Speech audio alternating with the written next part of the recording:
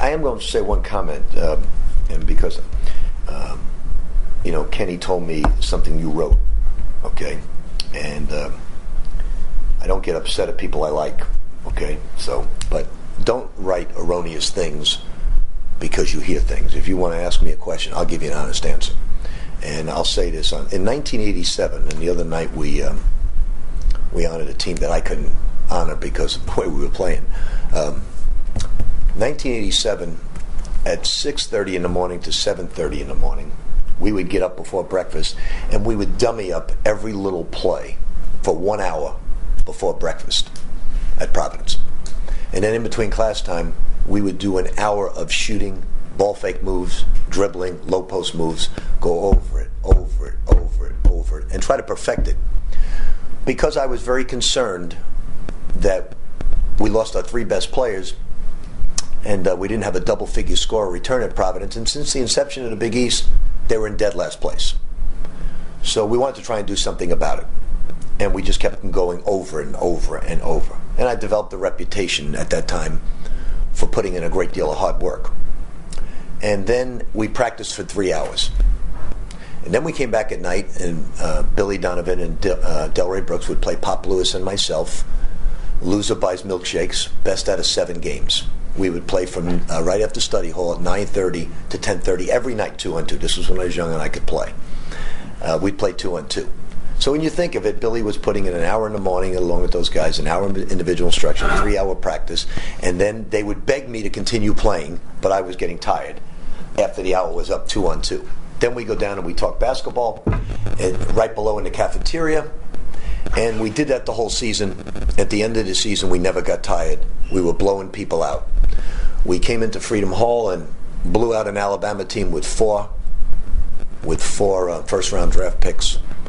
And we shot 68% for the game.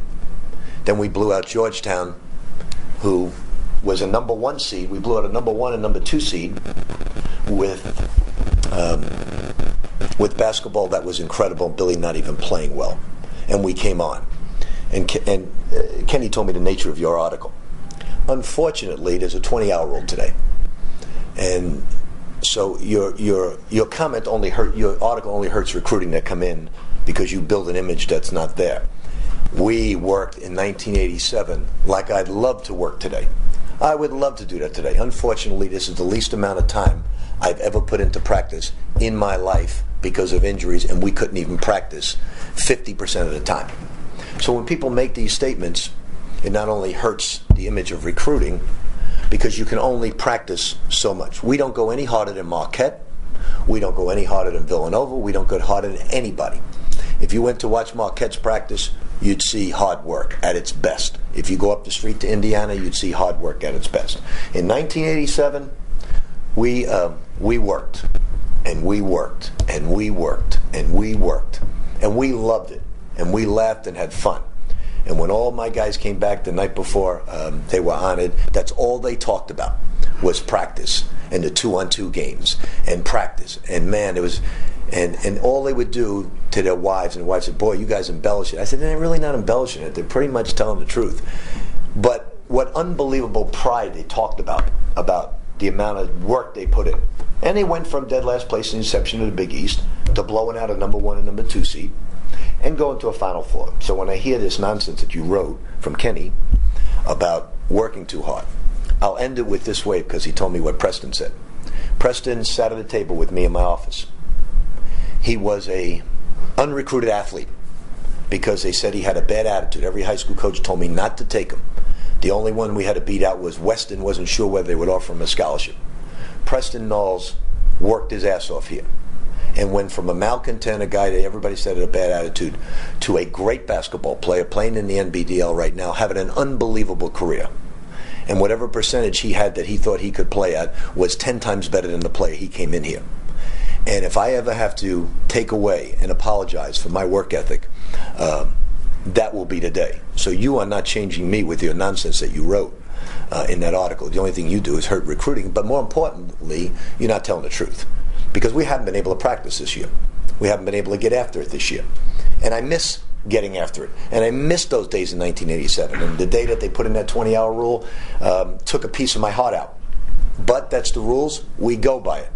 But unfortunately, because of all the injuries and all the things, we haven't been able to practice this year because we just have to get ready for the game. It's almost like I call it a Steve Spurrier practice. Everybody, wear a yellow shirt, don't touch the quarterback. And yesterday we had an injury, and it was right coming out of warm-ups. It's unlucky. It's unfortunate.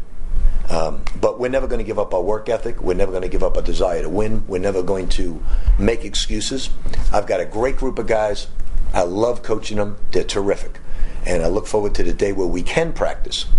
And I'll let you know when that day is, so you can write that we have hard practices. I'll let you know as soon as you ask me about something like that. Because we have recruits coming in, and you've now given 1,500 other schools ammunition that's not true. Because, like it or not. So in 1987, I deserved it. I deserved that image of all that time. And I enjoyed every freaking second of it. So thank you.